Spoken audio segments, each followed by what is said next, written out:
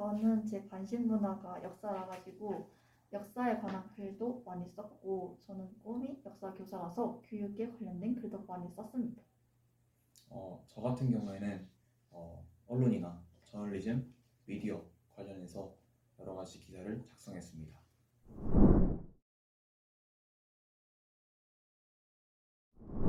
아무래도 제가 꿈이 언론인이고 제가 또 관심 있는 분야가 언론인이다 보니까 제가 그쪽 분야로 많이 조사하고 기사를 작성했던 것 같습니다.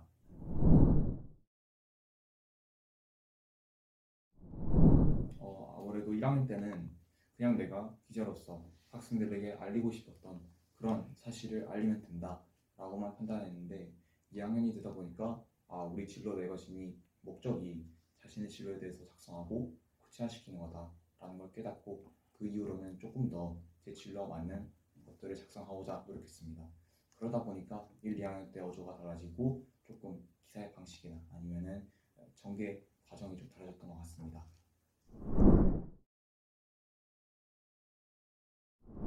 저는 우크라이나 러시아 전쟁의 역사를 다룬 글이 가장 기억에 남는데요.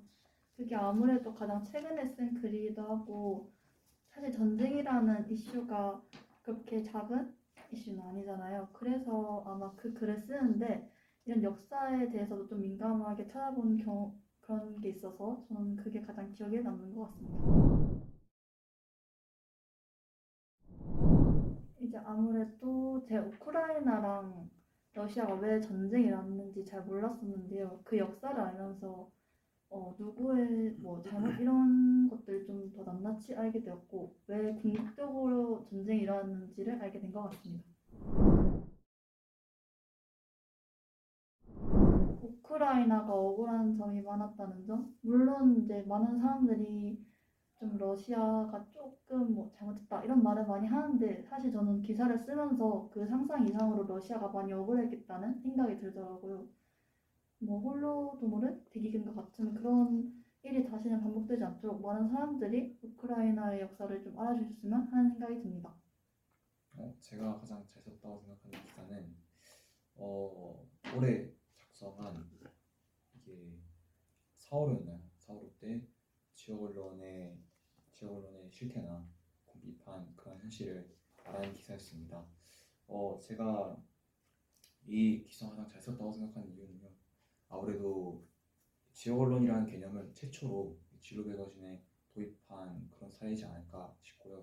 그 다음에 또 지역 언론에 대해서 학생들이 잘 모를 수가 있는데 저희 주위에는 뭐 중앙일보나 조선일보 같은 그런 메이저 언론사가 아닌 당장 우리 주변에 있는 그런 지역 언론사에 대해서 소개하게 될 수 있었던 그런 기회고 또 그랬던 것 같아가지고 특히 또 인상 깊고 좋았던 것 같습니다.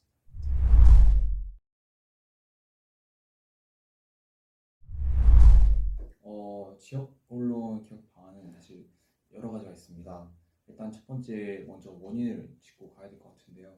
지역 언론 같은 경우에는 말만 지역 언론이지 사실 대부분의 지역 언론들은 중앙의 그런 내용을 뭐 그대로 베껴 쓰거나 아니면은 정말 지역의 사소한 것을 다뤄야 하는 상황인데도 불구하고 잘 다루지 못하고 또 지역 여러 가지 문제가 있는데도 그런 걸 좀 공론할 필요가 있는데 그런 역할을 하지 못했던 것 같습니다.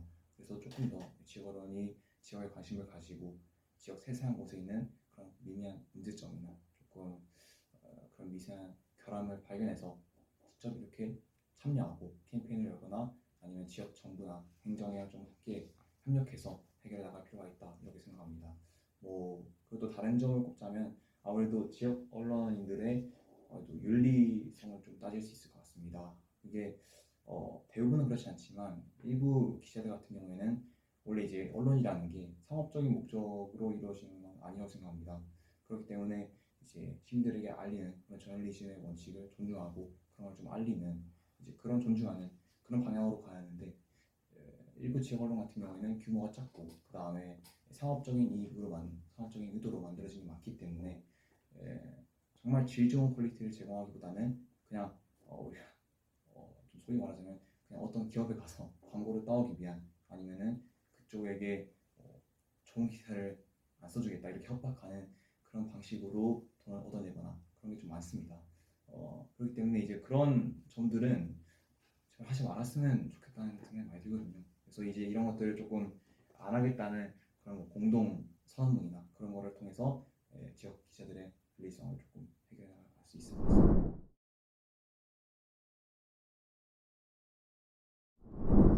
일단은 가장 문제점은 이겁니다. 제가 봤을 때 가장 큰 문제점은 이 지역 언론이 첫 번째는 현안에 관심을 가지고 싶지 않다는 점이 가장 큰 문제점인 것 같고요. 두 번째는 이제 직접 그 지역에 대해서 알기 위해서는 물론 지역 언론이 지역에 위치하고 있다라는 장점이 있지만은 하지만은 그것만으로는 좀 부족합니다. 사실 주위에 있는 여러 시민들이나 정말 곳곳에 살고 있는 여러 시민들의 이야기를 좀 들어보면 정말 언론이 몰랐던 그런 수많은 사실이나 문제점을 발견할 수 있거든요. 그래서 제가 봤을 때는 이제 사실 이제 메이저 언론사 같은 경우에는 이제 그 시민들이 직접 제보를 좀 잘하는 그런 시스템이 잘 활성화되어 있습니다. 하지만은 지역 언론 같은 경우에는 시민들이 좀 잘 알지도 못하고 직접 좀 말하고 싶은 의지도 없고 그런 커뮤니케이션이 좀 잘 작동되지 않았던 것 같습니다. 그래서 지역 주민들이 이제 자신의 주위에 있는 문제를 또 해결하기 위해서 직접 지역 언론한테 제보를 하거나 아니면 구체적으로 알려주는 방식으로 좀 해결해 나갈 수 있지 않을까 이렇게.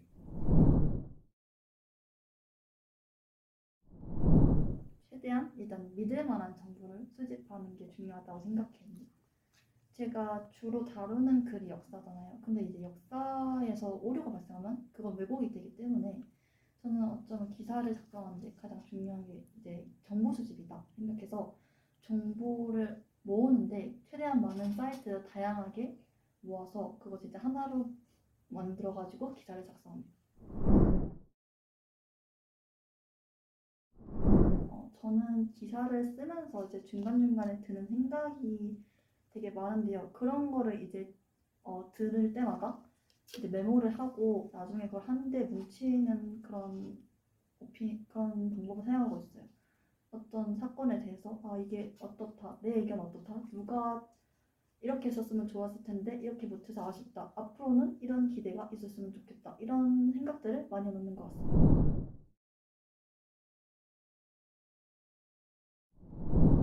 일단 학생들은 역사를 정말 지루해요. 진짜 역사 시간만 돼도 많은 학생들이 졸거나 아니면 뭐 듣지 않거나 다른 공부를 하거나 그러는데 사실 이제 역사를 잊은 민족에겐 미래는 없다라는 말이 있듯이 저는 역사가 그만큼 중요한 과목이라 생각이 들거든요. 그래서 저는 좀 역사를 조금이나마 좀 더 중요하게 다루면 좋겠다라는 생각을 해요.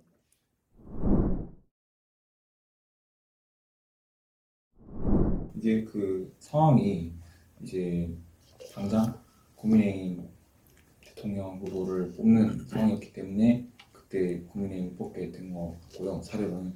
하지만 이제 나중에 이어서 대통령 선거 때도 비슷한 논조를 제가 말하고 싶었는데 그냥 상황이 이렇게 된 거 가지고 정치적으로 편향돼 있거나 그런 거를 말하고 싶었던 거 아닙니다. 근데 이제 제가 말하고 싶었던 거는 이제 가끔 요즘 토론을 많이 보시면은 대선 토론도 그렇고 특정 지역에 대한 그런 토론도 그렇고 사실 후보자의 공약이나 아니면 후보자가 주장하는 그런 뭐 이념이나 아니면 받고자 하는 그런 미래에 대해서 얘기하기보다는 그냥 이제 대부분이 의혹이나 아니면은 뭐 소위 네거티브라고 하죠. 그냥 그 후보에 관련된 가족이나 아니면은 그 후보가 옛날에 어떤 짓을 했는지 이제 그런 것들 위주로 많이 판단하는 것 같습니다.